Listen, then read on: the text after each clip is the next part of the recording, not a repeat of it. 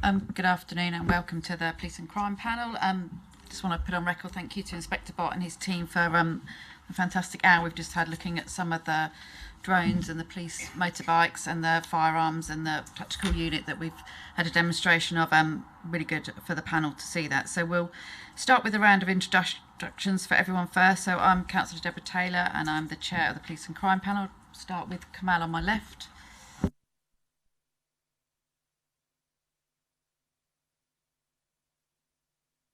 Kamal Adatia, Legal Advisor to the panel. Angie Smith, Democratic Support Officer. Councillor Les Fillimore and Co-Chair of Blaby and Hinkley Bosworth Community Safety Partnership. Thank you, Chair. I'm Councillor Ellie Cook-Kelvin, Assistant Mayor for Education and Housing in Leicester.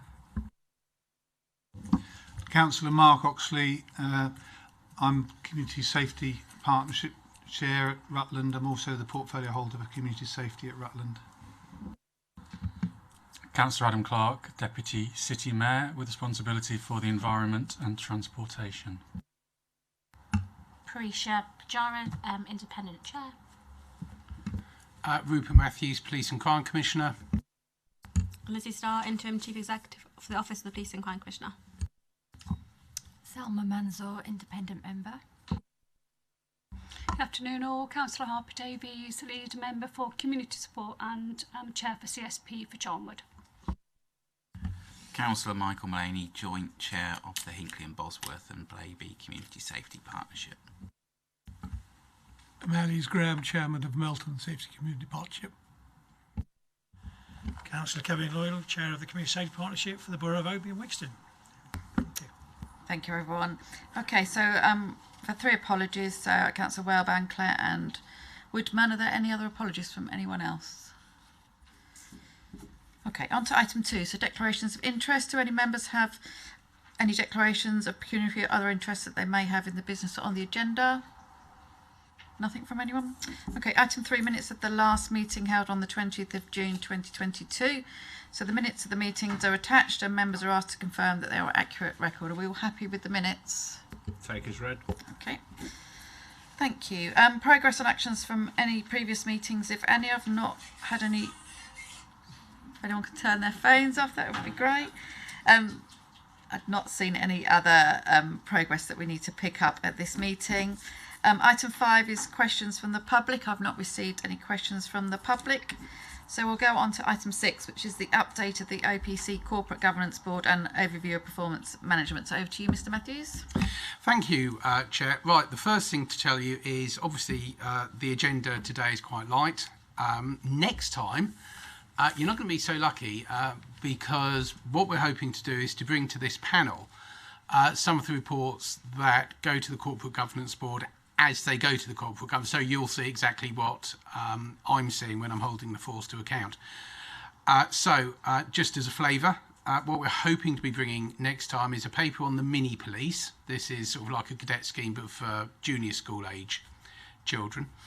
A report on the rape investigatory figures and so on.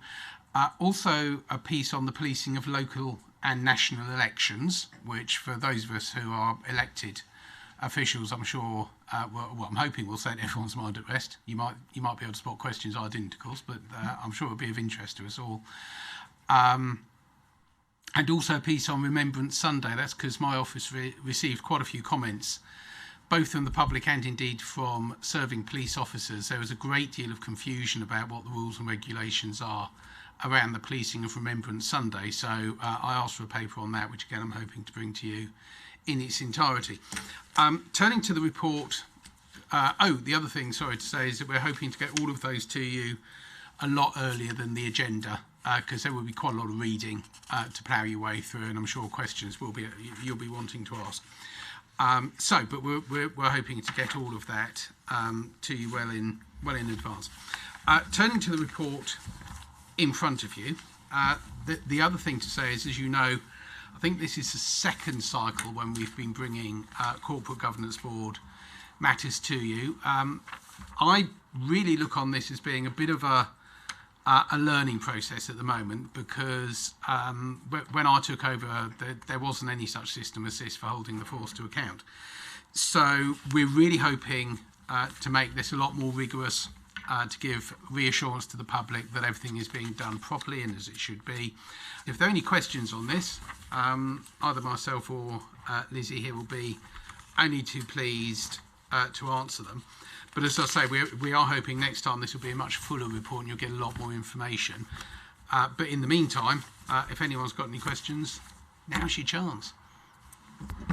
Thank you very much, Mr. Matthews. And I think I said to you before about I find this a really interesting report and useful for us to see how you're holding the Chief Constable and the force to account. And you can see going through this report as well, you're doing that in a very challenging but polite way. So that's really good to see. And just to tell panel members, I did ask if those reports that Mr. Matthews has alluded to do come to us early, because there's going to be quite a lot of reading, and with only a week or so to read, sort of the end of the summer, I think would be a bit much for us all to get through. So they will be coming to you early, but they will be draft only. I've just confirmed with the acting CEO, so they will be in draft, but obviously they won't change that much, but just give us a bit more time to read through that. So is there any particular questions that anyone wants to raise? Ellie first. Yeah, just a matter of clarity. The reports then that we'll be getting, that we'll be receiving and reading in draft form, are they reports written by the police for you? Sorry, yes, that's right. Well, the process that happens is that when we decide on the subject, either brought up by members of the public or that we think we need to be looking at in any detail, and some of this comes from the data. If there's a blip in data, well, It is a yes. They're just reports that the police have written for you. Yes. Okay, because I do have a concern after, I think Deborah will recall, I was chair of the Health and Wellbeing Board for some time. Reading reports that are written by police for you is not holding you to account or your office to account. And I just question how it adds to our ability on its own. Not, it would be all interesting information, but on its own, how it adds to our ability to hold your office to account. The reports we request to the force, the Commissioner then reviews and then scrutinises them at our Corporate Governance Board. And for us, the meaning of bringing those additional reports as appendices was so that you could review those reports and make sure that the Commissioner is doing his whole job in terms of looking at all the questions that could come out of those reports and making sure that he's challenging in the right areas. Yeah, they're appendices to this report.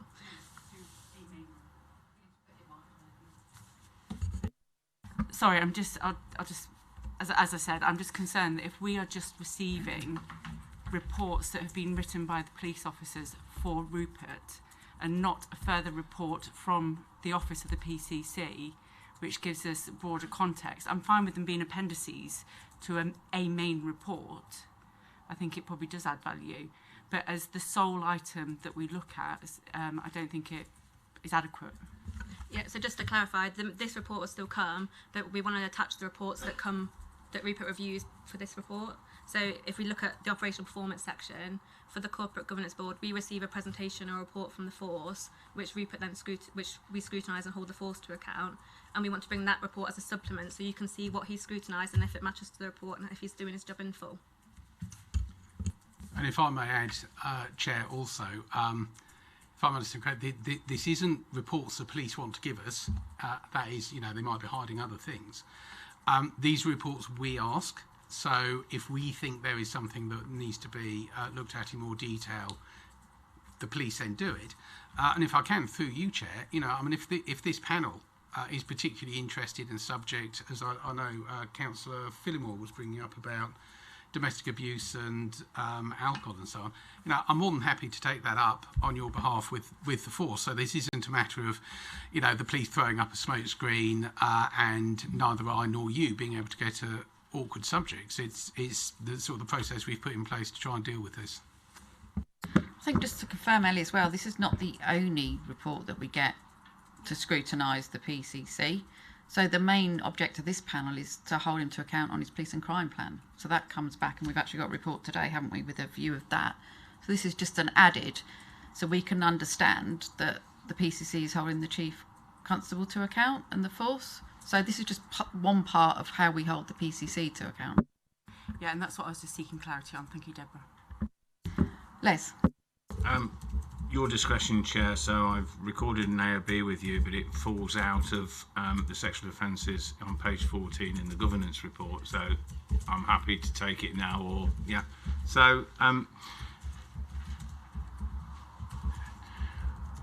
when I saw this report, it was almost simultaneous with some unusual antisocial behaviour, particularly relating to male teenagers and young females. And I don't know, 2 months ago, 3 months ago, there was a documentary on TV, and it was a female presenter who had entered as a report the metaverse, which of course is the virtual, and disturbingly, some of the behaviours I am privy to in my division. I then see this report on page 4 about the increase in sexual behaviour. Now, I know some of those rape offences belong to a very specific demographic, because I just know. But I then had this, and it's very unusual behaviour in my division, and I've just wondered, and it's the thought to really leave with you, Rupert and Lizzie, is are we seeing something coming out of that virtual universe that is now manifesting itself in the real world? So it's just a question. There's no tangibility to it at the moment. It's just, hang on a minute, we're seeing this. I saw that. I watched this documentary and I'm witnessing this, and it just feels that there might be. And it comes back to some degree about the alcohol and domestic abuse question. That started off with, we can see it, we can see the report, we can see the increase. Therefore, when pubs, licensed hospitality, nighttime economy come back to life, we should expect an opposite effect, and we didn't see the full opposite effect, so therefore let's have a look at what's going on, and that report will come forward in due course. So can I just leave that one with you as the PCC to just start having a sort of, is this, because you'll have access to the national statistics and. So thank you, Chair. Thank you, Rupert. Do you want to leave that one with you to look into further? Yeah? Okay, Kevin. Oh, thank you, Chair. First of all, may I thank Rupert for the comments you made in the last meeting with regards to informing community safety partnerships, include them in your informing us that you're coming in. So I welcome that, but thank you very much. Two things, if I may. First, on page 16, finance. I appreciate that you would probably inherited this budget anyway, but with regards to the pay inflation for police officers and being paid backdated further, and they're worth every penny, I'm just wondering what the impact that's going to have on the budget, on the current budget. You won't know that now, but perhaps maybe we could have something in the future so we can identify with how that is going to be paid for in the current budget, please. And then secondly, on forgive me, on page 19, which is quite concerning, which is the 60% uniformed officers will be less than 4 years of service for retirement. Again, it's something you would have inherited, but this came up some 3 years ago with the late Simon Cole, warning us that a lot of the uniformed officers are going to be retiring. Therefore, succession planning would have expected that to be in place with the increase in the council tax paying for the police officers. But unfortunately, the impact this is going to have on the 100 officers that's been cut would have impacted on the succession planning, which I would have expected to be knowing that the 60% of the police force are going to be retiring. So perhaps again, we need to know what the impact that's going to be because of operational values with that. If that could be a matter of record, I'd appreciate that. And I do appreciate the budget is, you've inherited it, but we need to know how we're going. Like this continues with the vein of keeping the PCC accountable to this panel as well. Thank you for your time. Just to clarify, Kevin, you just said that 60% of the officers were going to retire. That's not what the report says. Officers in Yeah, the next 4 years, 60% will have knock-on effect no. They'll as have well. less than 4 years service experience. So it's not that we're losing officers or anything. They're just less experienced officers. So I'll hand over to Mr. Matthews. Yes, thank you. The pay increase, as you say, very welcome. Police officers are worth every penny.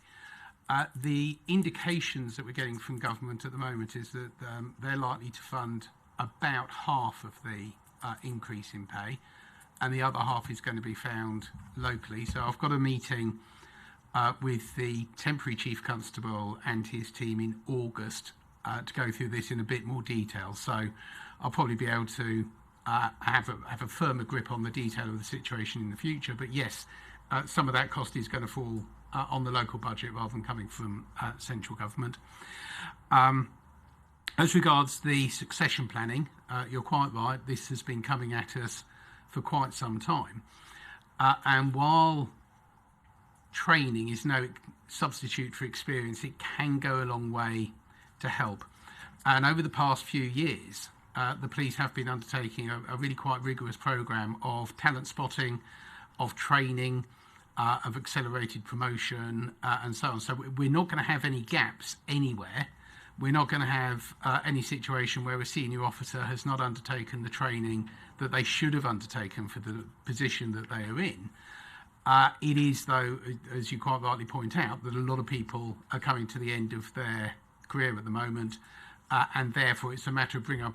But personally, I've never had a problem with bringing on younger people. I've never had a problem with putting responsibility onto young shoulders. You can quite often find that people who are new into a position come with new ideas, fresh ideas, things that can be tried out, things that be changed.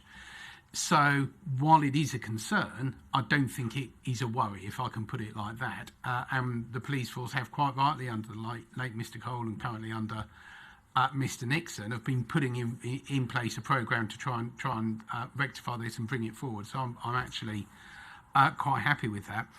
I am, however, as I always do on these occasions, Chair, going to make a correction. We didn't cut 100 officers. We didn't recruit them in the first place. So it's a reduction in the planned increase. There are more officers than there were a year ago. A year ago, there are more officers than there were 2 years ago. It's that we're not increasing as much as my predecessor planned. And if I may, Chair, I think that the fact that the assumptions that were then being made, both about police pay increase and about non-pay inflation, would indicate that actually not recruiting those 100 officers was the correct decision, because otherwise, if we had recruited them, almost certainly we'd be having to get rid of them, and that is a position I absolutely do not want to be in. So I know it's a matter of semantics, Chair, but we didn't cut 100 officers. We just didn't increase by as much as as my predecessor had been planning. Thank you for that. I do like that the Police and Crime Panel are sharing correct facts and not what they assume is what's said. So thank you for that. Lee. Oh, do you want to come back quickly? Yeah, I appreciate what you're saying, and the facts are quite simple, really. There are facts, there are the minutes of the previous meeting, which I keep for the very reason that we need to keep them to prove the facts and the evidence is there quite clearly. The trouble is, what you've got is that people are still paying for those 257 officers. They haven't had a reduction in the council tax, they're still paying for them. If you then take away the ability to it's instead of 257, sorry, 157, technically they're still paying for that 100. They're not had a cut in the council tax, so therefore the facts are quite there, all in writing, the evidence is there. There are 100 police officers that we are paying for, we're not going to get. They're still paying for them now. So they are the facts and not fiction. So please, let's get all the evidence. Anyone that wants it, please see me. I've got it all in writing throughout the meetings that I attended. Thank you. I think the word you used was cut, which I think is not the correct term that you used, to be honest. But right, Lee. Thank you, Chair. I was just a little bit confused about Councillor Phillimore's query to Mr Matthews. I wasn't sure sort of like what he was asking Mr Matthews to do about a programme that you'd seen and some type of behaviour. So I would just like some clarity on that, please. As I understand it, Councillor Phillimore was asking whether some recent online activity has led to copycat behaviour, which is resulting in the increase in sexual offences that we've seen. I will come back, and I think that's the correct thing to do, because at the moment, of course, a lot of these are live investigations, so that, we're still trying to work out some of the motivation, and they haven't come to court, and therefore it's difficult to comment and so on. I'll take your point. I will come back on it, but at the moment, the evidence just simply isn't there to answer the question. So I think this is something we're going to have to go to the Chief Constable on, and we're going to have to be trying to extract information from ongoing prosecutions to try and get an answer. Did you want to come back, Les, quickly? Yeah, thanks, Chair. And yes and yes. So I'm a great believer that if I see a change in data, whether it's up, down, my natural instinct is why? Why are those changes there? And we can't sit here and look at page 14 and see recorded sexual offences have increased both locally and nationally and not ask the question why. Because if we don't know why, we don't know what preventative and intervention actions to take. The second layer of that point was the recent behaviour from a group in my division, and at this level in I'll leave it within my division because it's a much broader scope, is extraordinarily unusual. It's completely out of character of any history in that area. What I did see was this documentary on the metaverse, which was undertaken by a female reporter. It's in the public domain, so there's no issues about naming people and things. It is in the public domain. It was a nationally televised documentary. And some of the male on female behaviour I was seeing in that documentary just went, is there a correlation? So is there now a question in my mind that says, are we seeing copycat behaviour from that virtual world manifesting in the real world? And for me, it's a very valid question. The PCC and the police will have access to the national information. We don't. But when I then see this local and national increase in sexual offences, we should be asking the question why. And if we see things, hear things, and there may or may not be correlations, we should be asking the question, is there a correlation? If the answer is no, that's great. But if the answer is yes, it's not great. And we need to understand what those interventions look like. Thank you, Chair. Thank you. Adam. Thank you, Chair. Just to come back to the point that was coming from Kevin over the way there. Is it not the case that you increased Band D by £10, which is the maximum allowed, which would have enabled the increase in police officers, but you transferred that funding to reserves? Is that not what happened? Which would be a cut in a proposal and transferring that funding to reserves, therefore declining as the frontline policing? Thank you, Chair. We've gone through this before. I'm happy to go through it. Yeah, no, absolutely. I'm happy to go through it as many times as I need to. Obviously, we don't have in front of us today all the figures that were here when we were going through the budget, but to summarise, to summarise, when I took over, the medium-term financial plan that was looking forward 4 years was in a position where at the end of those 4 years there would have been none of the discretionary reserves left at all, because they would all have been spent.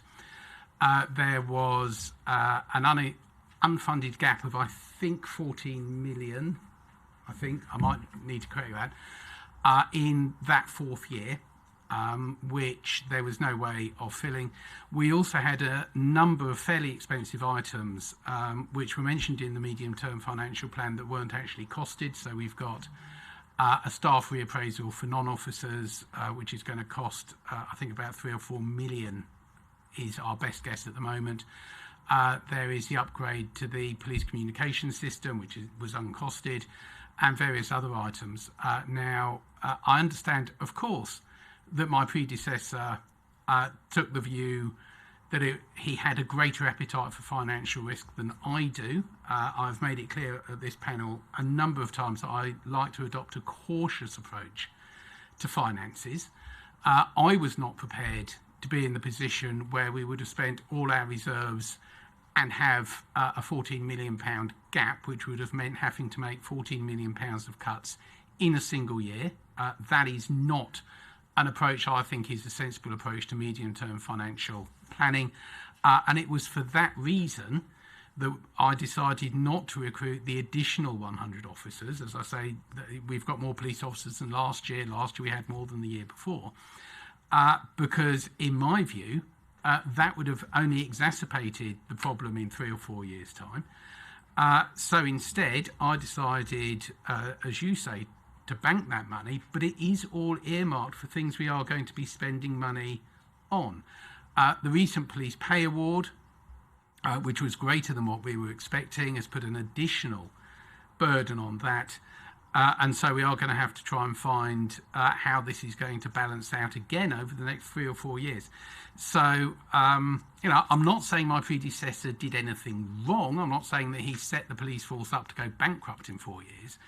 But he had a greater appetite for financial risk than I do. The fact that there's been a higher pay award, the fact that non-pay inflation is higher than it was being predicted 2 or 3 years ago, would indicate to me that when you're dealing with public finances, you do need to take a cautious approach. And I think I feel vindicated in exactly what's happened. Do you want a supplementary, Adam? I wouldn't mind if that's okay, Chair. I think you may say that he had a greater greater appetite for financial risk. Others might say that he had a greater appetite for security and investment in frontline policing and prevention of crime. What is the Treasury view on moving council tax? You talked about financial, that kind of financial security and financial kind of provenance, as it were. What would be the Treasury view on moving council tax funding from frontline policing into reserves? Thank you. This isn't a budget meeting, Chair, so you'll forgive me. I haven't got all the figures in front of me. As I understand the situation, however, this is putting money aside against specific spending commitments we know are coming at us. Well, of course, you can always ask the Treasury view for that. But as I understand, this is a perfectly legitimate thing to do. I don't think anyone's suggesting it's wrong to put money into reserves that you know you're going to have to be spending in a year or two's time. I think all public bodies, when they know they've got a big bill coming down the line at them, will shuffle money around to try and make sure that they can afford it when it comes. Because otherwise, like I say, if you know there's a big bill coming and you don't make provision for it, when that big bill arrives, you may have to cut other parts of your service suddenly in a single year by much more than you want to. So a planned management of how you are paying for the bills you know are coming, I think, is the sensible way to go. Thank you. And obviously the webcasts are available in the minutes of the meeting, Adam. If you do want to watch the budget meeting, you'll see there. You can watch it on there. Ellie and then Les. Thank you. I do think it's an interesting conversation, actually, in regards to the way that you manage budgets, because obviously, I've got responsibility for schools here in the city, and they have a budget which is given to them by government, and it's supposed to be an in-year spend for the students that are in that school at that time for that full sort of purpose. And so actually the schools that have underspent and have put money into reserves have actually done just injustice to the children within the school, because they've not spent the money that was designated to them for those pupils in their year, and putting it into reserves might be a nice thing to do because they'll be aware of pressures coming forward as well. But actually, is it the right thing to do? Is it the moral thing to do? I think that's probably a conversation we'll park until next year's budget. But what I actually wanted to come back on was the community policing, and I had mentioned it before, and you know, again in regards to cut or whatever semantics we want to use. I door knock across the whole of the county, not just in Leicester City, but across all of the county. And whatever area I go to, it might be a naturally Conservative area, it might be Tory, it might be, sorry, a Labour area. But the one thing I consistently hear is policing and visibility in communities. Ellie, can I just stop you? Because obviously we are looking at the governance board report and things like that, and we have already covered that, and I'm sure the Commissioner will probably give you an update because the local policing, community neighbour policing is part of his police and crime plan, and he's going to give us an annual report. So can we park that question till that point? Thank you. Les. Thank you, Chair. It's almost in the same as you just said in a different guise. Although I understand why members may be asking the questions, this is not a budget scrutiny session. This panel has approved the PCC's budget. It has approved the PCC's plan. And that is what we should be holding to account for, not what happened in previous OPC's time, what previous budgets were, and all the rest of that. We approved his plans and his budget, and that's what we hold him to account, or the department to account for, if I may, Chair. I think those points that other members are particularly asking, it's not on this agenda, and perhaps the best way is to just request a written response to the questions. Chair, so back to you. Thank you. Okay, are there any other comments or questions on item 6, which is the Corporate Governance Board and overview? Yeah, Kevin? I'm just on, where the page number's gone, page 9, that's all. In the light of the press comments with regards to the advisor of to the PCC and his... Is this to do with this report, Kevin? It's on here, page 19. Sorry, page 9. Page 9. Where was it mentioned on there on page 9? It is here, look. Attendance, overview, attendance. So it's who attending the meeting? Who attended the meeting, yeah. But that's not about the report. So if there's a question about the report, I'll take it. If not, we're going to move on, Kevin. Yeah. Well, I don't, you know, if you want to handbag everybody that can't ask questions regards this report or clarification of the report, then fine. That's handbag, that's actually not scrutinising, that's trying to manipulate how things are going. And that's not what it's all about. It's all about scrutinising what's being said here.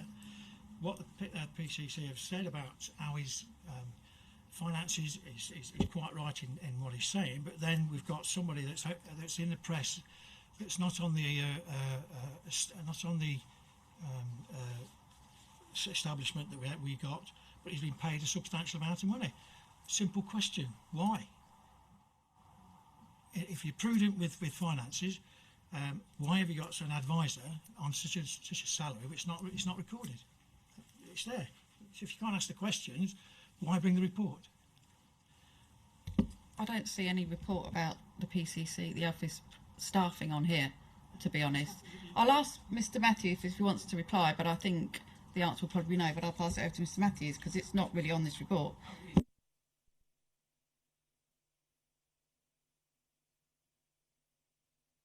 I think you are, Chair, it's not on this, but as ever, I'm at the disposal of this committee.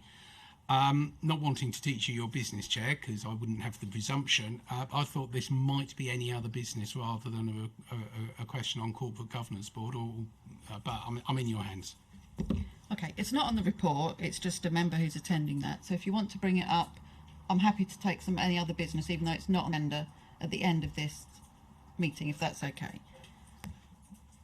Again, I'm new to this, but on various boards within the city we have questions to the City Mayor. Why don't we have as a standing item questions to the Police and Crime Commissioner if you want to keep very strictly, rigidly to the papers? I mean, I think that would enable us to then to ask the questions that are very much on, kind of on our lips as we walk into the room, rather than things that may be, slightly passé, as it were. If I just point you to the agenda, Adam, on item 5, questions from the public. You can submit questions if you want a question. You can submit questions if you want to. I'll consider. I will consider when I go to agenda planning meetings your question. But what we could end up doing is an hour of questions of the PCC and not actually look through any of the reports. But I will consider it an agenda setter meeting. Okay. Is there any? Yeah, and I've just said I'll consider it an agenda planning meeting with the Vice Chairman and the Democratic Services and the Office PCC. Mr. Matthews. Thank you. I'm going to put in a bid then. If we're going to have questions to the Commissioner, can we have announcements from the Commissioner? But again, I'm happy to put them to you in the pre-meeting first. I mean, I've got one today, which with your indulgence, I'll make about the recruitment of the new Chief Constable. But in your hands, Chair. Yeah, like I said, we'll consider that at our next agenda planning meeting. We'll put that on the agenda for that meeting. Questions from the panel to the PCC and also announcements from the PCC. So is there any other questions on item 6? Or are we happy just to note the report? Lee. Sorry, Chair, just to clarify, if we're going to have a session for questions, it needs to be timed, because we know we could go down all sorts of rabbit holes and, we've all got a job to do. Like I said, I will consider it at our next agenda plan meeting and discuss it about how practical it is and what the options are. And also I've got Kamal here as well, who's a monitoring officer, about what we should be doing, what we shouldn't be doing as well, as part of our code of conduct and that here. Okay, I have one final question on about section 106 on page 21. So obviously you know that we've got a working party going through section 106, and we're hoping to put some recommendations to you in September once we've finished that working party. But I'm really pleased to see that you're looking at a more straightforward section 106 contribution from the police going forward for developments, and through section 106 and through SIL. So I just note in this that you've requested more time to read through the papers. So is this likely to be on another corporate governance agenda going forward, just to see the final, how you're planning to do that going forward? Yes, Chair, that's absolutely right. I think we're hoping it to be September, aren't we? There were some detailed points on it which sort of came up at the last minute, and I never like to rush these things because the devil can be in the detail. So I asked for more time just to go over some of the late information, if you like. So there was, I don't want anyone to think there was a problem with the paper. It was sort of late last minute detail we needed dealing with. But I think we're hoping for September. Go ahead, Mark. Yeah, I just wanted to, on that particular point, because the SIL payments, are they going to be taken into consideration as well? Because section 106 is separate to SIL, Community Infrastructure Levy. I know that in Rutland we have SIL and section 106 coming in as developer contributions, so it would be helpful to have both looked at. Okay. Yes. Yeah, that's fine. Okay, if we go on to item 7 now, so the Police and Crime Commissioners and reports. So we've got a verbal update, and I think it's coming to the September meeting, a written update. But I'll hand over to you, Mr. Matthews. Yes, thank you, Chair. I mean, the good news is that we will be on time with bringing the annual report to you. The bad news is that we were hoping to get it done this time, but we haven't. We've had to sort of push it back because other things that were more urgent intruded themselves and were soaking up the time necessary to deal with this. But we will be on time. I have got a first draft sitting on my desk at the moment, which obviously we'll be working our way through and so on. But yes, you will get it in September. It will be on time, and I think we'll be saying all the right things, if I can put it that way. Okay.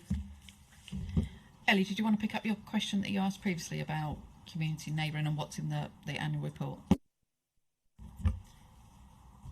Yeah, I'll broaden it out actually. I recognise, you know, as you said, we're going to get a full report in September, and that's fantastic. What concerns me is the fact that it's been pushed back. That their words you use, it's been pushed back because you've had other priorities, and it is a really, really important document for us. And it just, you know, it screams small alarm bells. You know, is it, you know, why has it had to be pushed back? Is it to do with capacity? within the office, or is it because you don't consider us a priority? You know, I'm just not quite sure. But in regards to a comment I contacted Councillor Taylor about a couple of days ago, it was just a bit of a surprise really that we had, and it goes back to the point I think I made at the start, a surprise that we had received a report which was minutes of a meeting that took place. You know, my expectation of being on the board is that reports are generated by the OPC's office for us to scrutinise, and if we are just reading, and it again goes to the comments about what we'll be receiving, the large papers that we'll be receiving in September, I don't want to be reading a load of papers that have been generated by police officers. I want to be reading your office's interpretation of what that means and what priorities are. I know we say we've had a light agenda today and we've spent an hour out on drones, but it does feel, you know, we are the main body, if not the only body, that holds you to account in between elections, and we deserve full reports. I don't personally like verbal updates either. I don't like presentations. I don't find that I can get to grips with detail unless I've got a physical report in front of me. So I suppose it was just, you know, if I can broaden out that comment, it was actually just about the quality of what we've received for today's agenda. I think Kamal might know better than I do, but I think the annual report from the PCC has to come to panel before October, I think, is my recollection. So I don't think it's late or delayed. It was obviously hoping to get it to this meeting, but I think it's... Deborah, in all due respect, he used the term pushed back himself. I know, I'm just telling you what this panel should expect to see, and I think it is before October that a written report should come. But I'll hand over to Mr. Matthews. Thank you, Chair. I must say I am affronted that any member of this panel would think that this panel is not a priority for me. I've always made it clear at all the meetings that I've attended, and I have attended all the meetings, both full panel meetings and the agenda setting meetings. I have answered all questions. When a member has requested that the subject be looked into in more detail, we have done so. I have always made it clear that I am at the disposal of this panel, and I am fully aware that in between elections, and of course all of us who are democratically elected know that it is the election which is the final arbiter in all cases, that between elections it is to this panel that I come and that you scrutinise the work that I do on behalf of the bodies that you individually represent. I think it... like I say, I'm affronted. I'm also surprised that anyone could possibly suggest that. I don't turn up late. I don't turn up unbriefed. I do not try and make excuses to leave early. I'm always, and make a point, of being here to answer your questions, to listen to your comments, and to present reports to you. I've also made it clear, and if my terminology didn't suit the councillor, I'm sorry. I made it clear this report will be on time. We were trying to get it done early. That has not been possible, but it will be done on time and it will be presented in the proper format.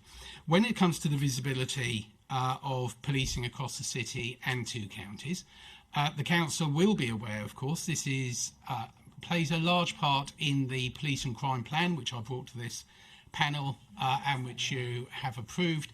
The reason why visibility of policing and community neighbourhood policing figures... Sorry, Chair, I haven't actually raised that question yet, so I don't know why he's answering it now. I haven't actually been able to ask the question about community policing.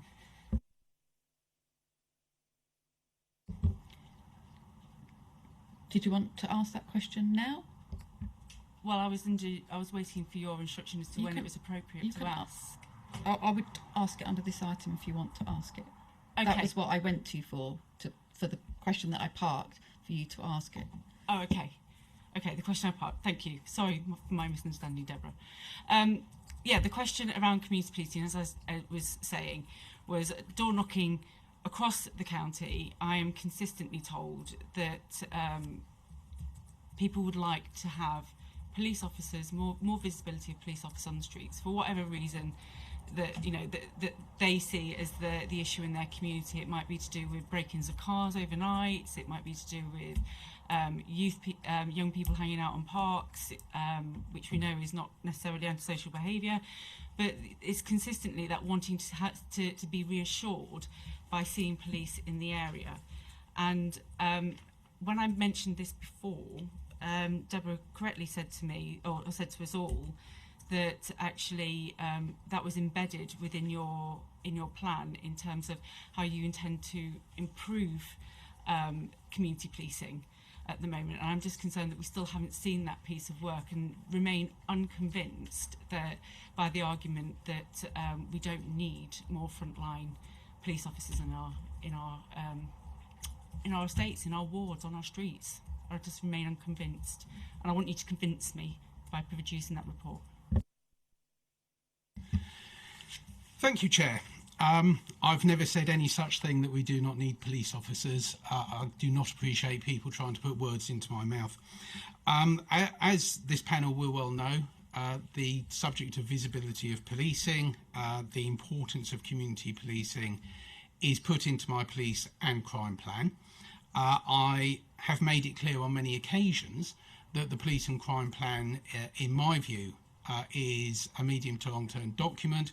My term in office, unfortunately, due to the COVID restrictions, was reduced from 4 years to 3 years. I do not think it is practical to try and squeeze a 4-year manifesto pledge to the public into a 3-year period. So I'm looking at this as a 2-term plan. Obviously, that is in the hands of the electorate of Leicestershire, Leicester and Rutland as to whether I get the opportunity to do that. But I am looking at this as a 2-term plan, and I've always made that perfectly clear. I'm very pleased that the councillor goes door knocking across both the city and our 2 counties. When we get to have a look at the annual plan, one of the things I'll be outlining is the way in which I've absolutely raised the interface between the PCC and the PCC's office with the public to allow for much greater public engagement than was previously the case. But in the many months during which I was a candidate rather than the Police and Crime Commissioner, I too spent a lot of time knocking on doors, both in reality before COVID struck and metaphorically afterwards with online forums and the like. And I can assure the councillor that the demand for visibility and more community policing was as great, if not greater, under my predecessor than it is now, which is why I put it into my manifesto, which is why, having had a manifesto endorsed by the public, by them voting to elect me to be Police and Crime Commissioner, it got into the plan, and why in due course you will be seeing improvements in both, and I look forward very much to coming to this panel with the evidence of that in the future. Thank you. Thank you. Adam.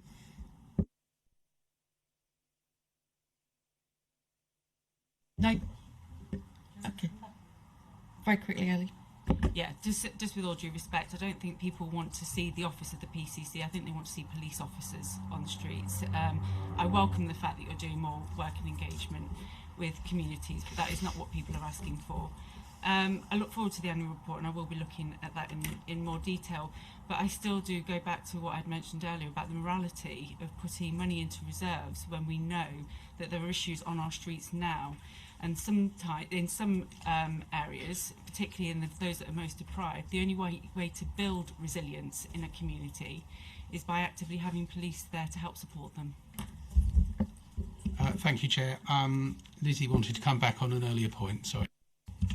Just wanted to confirm that the Corporate Governance Board report isn't a set of minutes. That's additional. This is an additional report that's written specifically for the panel to demonstrate how the PCC is holding the force to account and fulfilling that part of his role.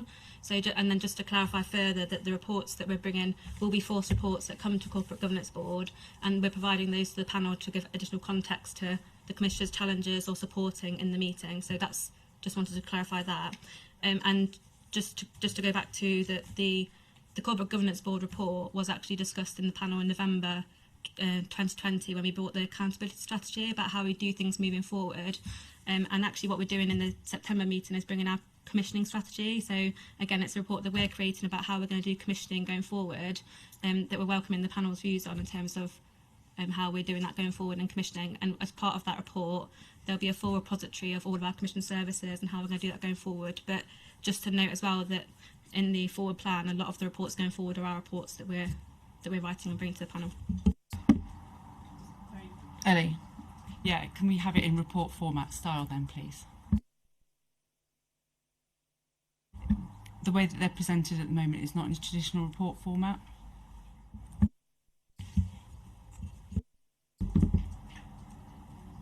I don't understand what's wrong with the report that we see. How would you like it set out? I'll quite happily discuss this with you outside, Deborah, at another time. I mean, we don't need to go into this detail about how I'd like a report set out. It just doesn't read or look like a report. But you've been told that it is now, so I don't see that we need well, to I'm being stop. I'm saying that reading it as I did, I was under the misunderstanding maybe that they were and believed that they were to be minutes. So if it was written in a report format, I would read it knowing fully that it was a report. I don't understand what the problem is. We previously had a cover sheet that kind of fronted the report, so we can bring that back. But this is the way we've decided to lay out a report. And previously it's been welcomed by the panel, so we can bring the cover sheet back. I think that's what's missing from this one, so we can do that. Okay, Les. Just for a matter of moving things forward, Chair. Police visibility is always part perception, part reality, and certainly from my personal experience, be that as a district ward, community safety partnership, or as a county division member, I actually have no issues at all in my patch. Yes, I pick up noise here and there about visibility, but actually when we dig down into it, the police officers and the PCSOs are out and about, they are there, and they are responding. So I just wonder, perhaps maybe there's some disparities between different areas that perhaps need looking at individually as individual ward or city or area particular concerns, but I think there's a big danger for us as an OPC scrutiny panel to get bogged down in detail when actually we should be, operational detail, when we should be scrutinising what is the OPCC doing to hold the police force to account. And this visibility issue is an operational matter, and the PCC's job is to pick up those perceptions.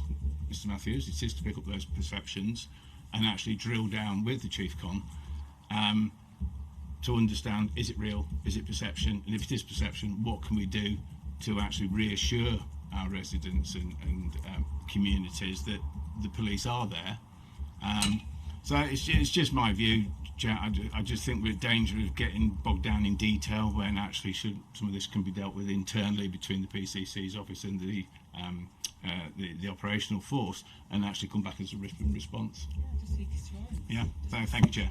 Okay, is there any other comments or questions on item 7? Kevin? Quickly, it's just a positive thing, really. It may be what Leslie just said about the perception and different areas who may have more, some have less. You mentioned the PCSOs who do a sterling job. They really, really do, and they are part of that community. However, we did budget for several additional PCSOs, and it's come to light that there is a suggestion, perhaps you might look into that, is that no PCSO will be employed at least until after Christmas, allegedly. So I'll just share that with you, so perhaps you could investigate that as an operational thing, because as I say, they do a sterling job and contribute greatly to the well-being of the neighbourhood. Thank you. Yeah, happy to do that, Chair. Any other questions on the verbal report? No? Okay, and we look forward to the written report coming back to us in September. On to item 8, so the domestic abuse, violence linked to alcohol abuse, verbal update. I think this report, full report's coming to us in September as well. Indeed, I'll hand over to Lizzie for this one, if I may. Yeah, so just to give a bit of background then, so back in the December panel meeting, our analyst Jemima presented did a presentation on domestic abuse and alcohol usage and the links between the two. And this is just a quick summary in terms of the queries from the panel and then it subsequently being raised at our Corporate Governance Board meeting last week. A full report will be coming... So a full report will be coming back to the September Police and Crime Panel meeting, in which more detailed analysis will be provided and a full breakdown of temporal analysis, which the panel were keen on last time, and also repeat offenders and the locations that these offences were occurring in. And we thought it was really important to bring back the full report once it had been through our formal governance process of the Corporate Governance Board, hence why it's not at this meeting, it's just a verbal update. So just a quick summary of the key points that came out from the Governance Board last week were that the analysis from the force indicate that 22% of perpetrators of domestic abuse were under the influence of alcohol, and that is considered relatively low level, and that's compared to a study by the National Institute of Domestic Abuse, National Institute of Alcohol Abuse and Alcoholism, which is estimated figures between 27 and 40%. In the pre-pandemic baseline, which is July 2018 to July 2019, and this pre-pandemic baseline is which we're using as our comparator for a lot of statistics now. The level of domestic incidents where alcohol was listed as a factor was around 30%, so it looked like it was a lot higher before the pandemic, which is interesting. As previously raised by Jemima, there are limitations to the data and accuracy around the recording of alcohol incidents, and that's due to the way that the markers are in the police system, that it doesn't determine if it was the offender or the victim that was under the influence of alcohol. So in December, it was queried about whether offenders are being directed to a perpetrator programme, and just a quick summary in terms of what the force are doing, but also, as I've previously mentioned, we're bringing back a full report on our commission services in September as well, so it'll be quite a nice link across. But the officers of the force receive training in the trilogy of risks, so substance misuse, mental health and domestic abuse, to identify the combination of factors that significantly increase risk. And where officers identify that alcohol is a key factor, then referrals can be made through the adult at risk public protection notices. And then substance misuse providers are represented at the daily management meetings for high risk domestic abuse, and they can receive referrals through that process. And that suspects who are arrested and brought into custody can also access substance misuse services through referrals in custody. So just to summarise, we'll bring the full report back in September. So if there's anything additional that panel would like to see in that report, then employ to kind of let me know now, and I can make sure it's included. And we'll also bring back the Commission Services report, which will identify those Commission services. Happy to take any questions. Thanks, Lizzie. I'm just picking up on that perpetrators programme. Have we got any information yet about our funding bid? Have we heard anything back yet? We haven't yet, but our CFO has just been on leave for the past 2-3 weeks, so I'll make sure that she picks that up. Because that needs to come to CSB chairs before the September meeting, doesn't it? Okay, thank you. Les? Ever so simple, really, Chair. Thank you. I asked for this to be looked at, and even by my normal nosy considerations when it comes to data and performance, is actually the scope that you've widened. I think is really interesting, so thank you. I suspect you're going to bring a much more detailed and broader set of considerations that I actually was expecting, so I shall very much look forward to that, but it does sound like it's going to be quite a heavy read by the time we get to it. So no, thank you, that's really useful. Thank you very much. Any other questions from members on this? Mark? Just a point I wanted to make. At my most recent community safety partnership, we actually specifically had an item on domestic abuse, and we had a victim who came and spoke quite openly and eloquently. Unfortunately, we didn't have any representative from the PCC or report either from the PCC, and I've asked that, and in fact I think out of 30 invitees we only had 10 people arrive. So I would ask that this information be shared with all CSPs once it comes out, because it would be helpful for us to get some background information as well as what we had from the victim themselves. Michael?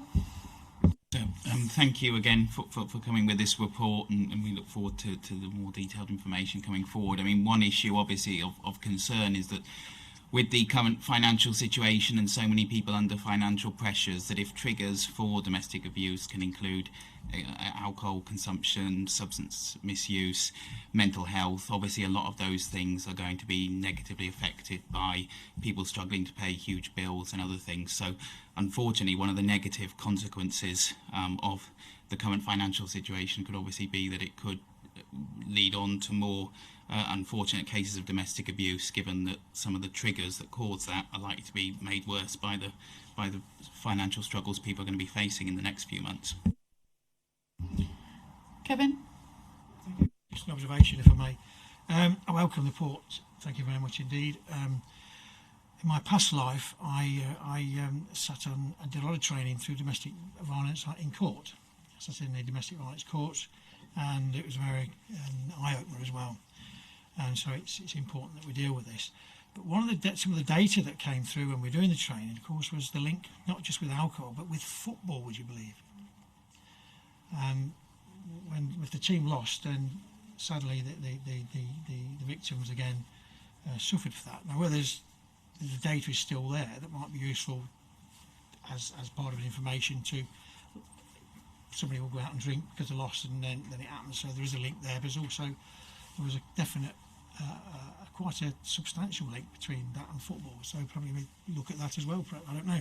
I don't want to give anybody an extra work. Yeah, so we can definitely pick that up in the kind of day and time of the week analysis that we do. Interestingly, I've come across the football link before, and it's not just when they've lost; it's when they've won as well, which is interesting. So, but we'll definitely try and pick that up in the report in September. I think we've seen that before, haven't we, when the World Cup was on, a rise in incidents and stuff like that. Ellie? Yeah, no, thank you. I had also heard of the football link, so I'm glad that you picked it up. The other thing, and this actually goes back to Les's point earlier on about the younger generation. I've heard, I can't remember where, but there's an increase on sort of peer-on-peer abuse, whether it be sexual or violent, among the younger generation. And that was exacerbated, I understand, by not only the pandemic but also financial crisis as well. And there is something about that teaching in the next generation what's appropriate behaviour, and towards just people in general. And I do think it does pick up quite nicely with what Les was saying about the younger generation, increased risks there. I think a lot of the schools now have that on their curriculum, don't they? Healthy relationships. So I think they are trying to teach that within schools as well. Les? And I think, Chair, certainly with the VRN and their relationships with the CSPs and Leicestershire Safer Streets, there are more and more school intervention programmes running. So we are on it. Do we have all the answers? No, but those programmes are in operation, and we just need to hope that we get the desired outcomes at the end of it, I think. So there is some weird stuff going on at the moment. So thank you. And just to pick up on Mark's point about CSPs and attendance them, I have picked that up with the Temporary Chief Constable as well. And I've got a meeting at Force Headquarters hopefully next week to discuss attendance at CSPs, but obviously it is a partnership. It's not just police and OPC and council, it's health and fire and probation, all that. So I don't have control over everything, unfortunately, but I will be trying to move that forward for everyone. Thank you, Chair. I have actually made the point as well to the other services as well, through the Chief Officer. Yeah, I think that's a route to go through your chief officers at your local authorities, and you as CSP chairs or safety community chairs as well, is to push that for the partners to attend, because there's one piece of the jigsaw missing, it tends to fall apart and it just doesn't work. So we need to make sure that people realise how important the CSPs are and the work that they do there. So I will pick that up next week as well. Okay, any other comments on the domestic abuse? No? Okay, we'll move on to item 9, which is the work programme. So you've got the report in front of you. The only thing I need to add to that is we're probably going to have a report of the Section 106 Working Party with recommendations for the OPC and the PCC to take forward. So I'm hoping that will be on the agenda as well but hopefully that shouldn't be too large an item. Is there anyone else that anyone wants to add to the agenda for September? Ellie? It's not something to add, but it's, I suppose, just a comment again on today's papers. Whilst it's been a really interesting discussion, and I've enjoyed being out with the drones and what have you earlier on, it's quite thrilling to sort of see what capacity they have and what opportunities that might provide for the future. Just to go back to my point, that I would like to see reports that have been written by the OPCC's office rather than ones that and what we've got today, we've got a collection of verbal updates, a nice jolly outside, which was great. How much scrutiny, how that's going to improve my ability to scrutinise, I'm not quite sure yet, but we'll wait and see. But I know we have lots of reports coming forward in the future, but I don't want them to be reports written by the police. Just to make that point again. Thank you.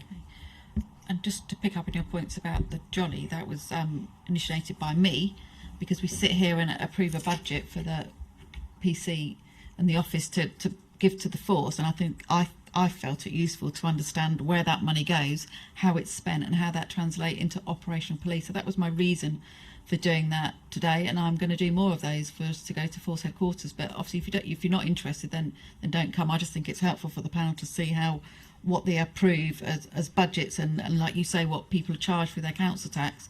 It's really interesting for me to see how that relates into operational policing. So is there anything else anyone wants to add to the work agenda? Adam? I was just going to say, in terms of future meetings, for us to have Police and Crime Commissioner's announcements and questions to the Police and Crime Commissioner considered at your agenda setting meetings. Yeah, I will. Yeah, I've said I'll do that already. Anything else? Okay. So normally there isn't any A or B unless it's urgent business, but Kevin's indicated that he wanted to say something, and so did Ellie. So Kevin, over to you first. I'll reserve my comments for another meeting. So, thank you. Ellie? Yeah, thank you. I just wanted to bring up a couple of issues that have been in the press recently, and I think legitimately it should be a matter of public record that the Police and Crime panel, whether it just be me on my own voice or whether it be more general, have some concerns about the PCC's behaviour. In particular, the first item was about the tweet about the Roe versus Wade, obviously something that is a very toxic debate which is playing out in America. And I just wanted to express my concern that I actually feel that this is a misuse of public office, and potentially bringing both him personally, the role, his office and his political party into disrepute. He started out by saying something to the effect of, I know that this will be controversial.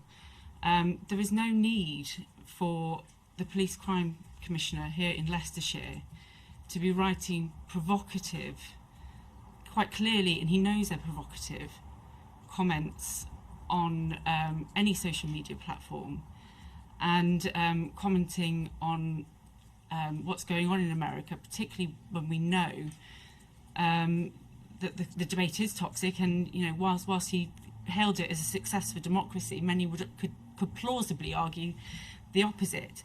And it's actually, for me, the matter's twofold.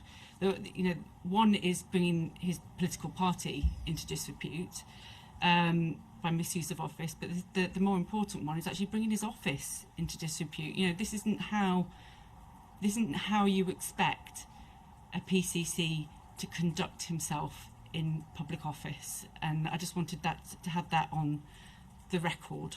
Thank you. I don't know whether does anyone else want to comment on it. Mr. Matthews?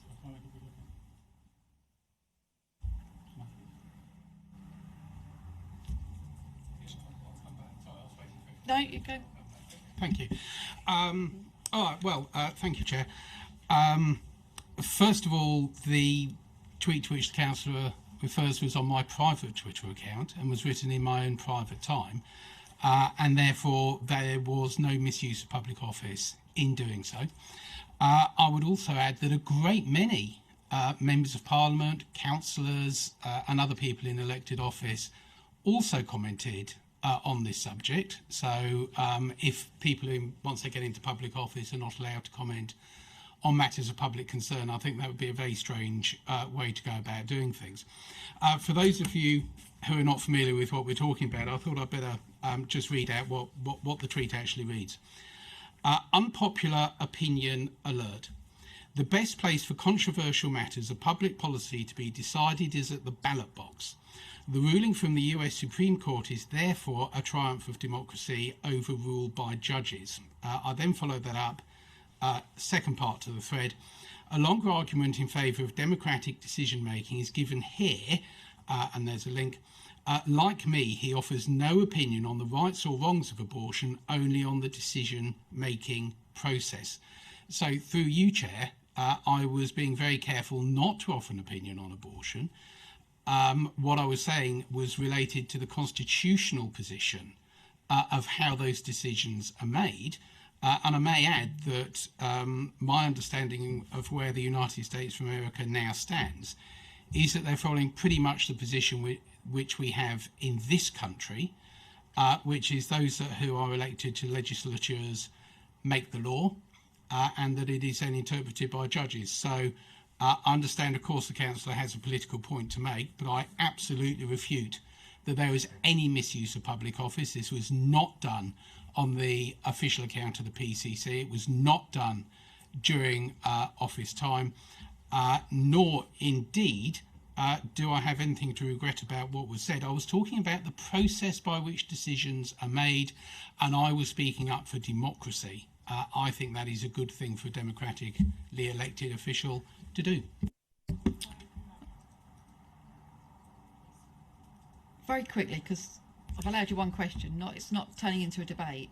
No, but I do think this is a broader, set in the broader context in terms of the tweets and the alienation of the BAME community and the LGBT plus community, which we have seen Mr. Matthews do earlier on in his term already. I don't understand why he believes that intervening on a very toxic debate, calling it a triumph for democracy, when in fact actually it should be a matter of human rights. It shouldn't be a matter of public policy. Ellie, with all due respect, with all due respect, Deborah, we all know, all of us around this table know, that whether we are tweeting or so using social media on official platforms or not, as a member of public office, we always represent that public office. Okay. Adam. Yeah, I don't have to keep you any longer than need to, but I think it is legitimate to raise it here, given it did get national news coverage, and therefore, and he was called the Police and Crime Commissioner in national news coverage. It's a slightly different tack. Obviously, many women are employed of the Office of Police and Crime Commissioner. I'm mused whether my two daughters would ever want to work in the Office of a Police and Crime Commissioner who stands up for... I don't think this is really relevant for this panel. I'm sorry, I'm not going to carry on with this debate. I allowed Ellie to ask a question. Mr. Matthew has responded.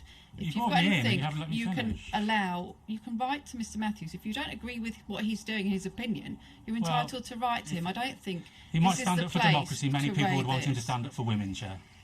Okay, I'm going to draw this to a close now. Very quickly, Ellie, I'm not going to turn this into a debate because there isn't any other business on the agenda. No, but I did speak to you about 2 items of any other business on the phone, Deborah, which you said that you would take. Very quickly. Okay, thank you. And I'm not raising this from any political party, but the recent debate that took place in the House of Lords, just to say what it demonstrates about a particular member of staff employed by Rupert Matthews. What it does demonstrate, that particular debate that took place in the House of Lords, it was a number of Conservative and crossbenchers who took part, saying that we brought that that the office of the PCC was being brought into disrepute. I just got a question really around, again, just conduct in public office. We've obviously just seen your Prime Minister resign through what is a perceived lack of leadership and integrity around the employment or recruitment of a particular member of staff to the whip's office. And I'm just wondering, given the fact that so many Tory peers spoke about their disgust in your inaction, that you don't feel, whether you feel or not this might be your downfall as a political career in the Conservative Party as well, through members of your own party concluding that it represents a lack of integrity on your part. Did you want to come back, Mr. Matthews? I think we could be here for a very long time, Chair. Obviously, I disagree, and I think that is very clear.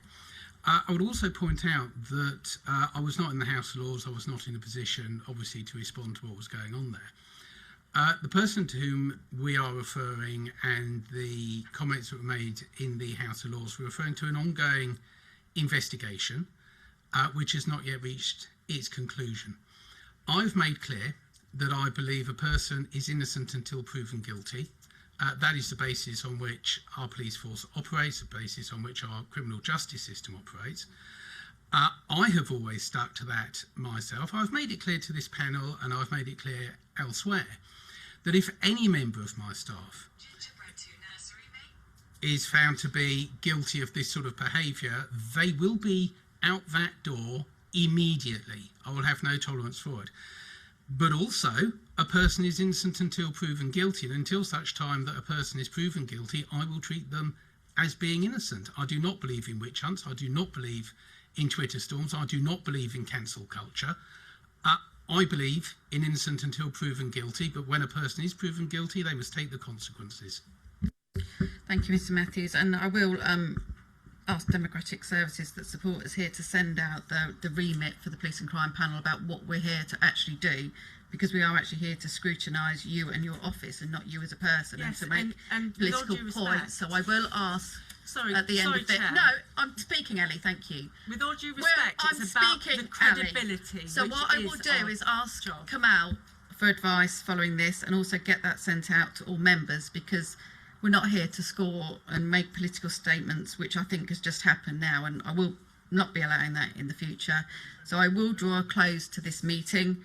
The date of the next meeting is the 26th of September. I will be taking further advice, and I will ask Democratic Services to send out the criteria of what we're here to do, not for what people think they're here to do. So I will draw the meeting to a close. Thank you very much.